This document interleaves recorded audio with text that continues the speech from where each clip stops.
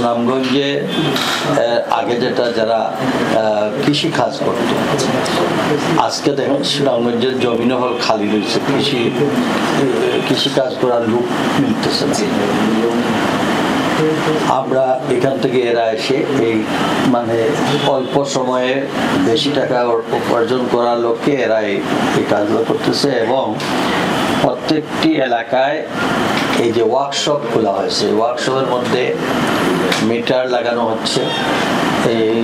এই মিটারে একসঙ্গে রাত্রে অনেকগুলো গাড়ির ব্যাটারি চার্জ করা হয় এই রিক্সা।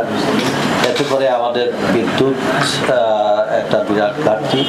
আপনারা দেখেন সিলেটে এখন প্রায় ঘন্টা 6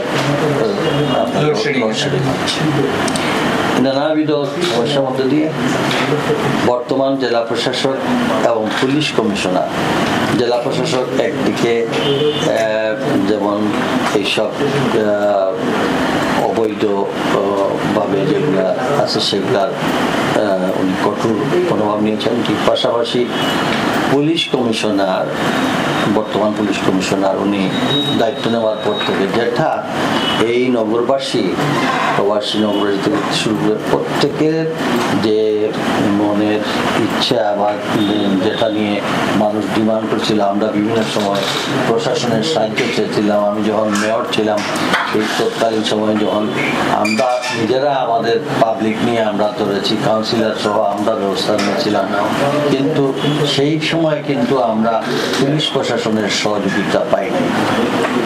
ইভেন আমরা দেখি যে উল্টো পুলিশের কয়েকজন অফিসারের বা তাদেরও দেখা যায় এই রিক্সা কিংবা তাদেরও অনেকেরই, সবাই না, কয়েকজনের দেখা যাচ্ছে তাদেরও এই পোস্ট, এরপরে টমটম, এরপরে রেজিস্ট্রেশনবিহীন আপনার অসুস্থ পোস্টগুলো। তো এইগুলোকে নিয়ন্ত্রণে আনার জন্য বর্তমান পুলিশ কমিশনার এসেই ঘোষণা দিয়েছেন সবাই স্টেক হোল্ডার সবার সঙ্গে আলোচনা করে যে আমি এই শহরকে নিরাপদ শহর করতে চাই। আমি আপনাদের সাথে আলোচনার ভিত্তিতে আমি এই শহরে ব্যাটারি চালিত রিক্সা এবং অবৈধ যত পরিস্থিতি থাকুক এগুলাকে আমি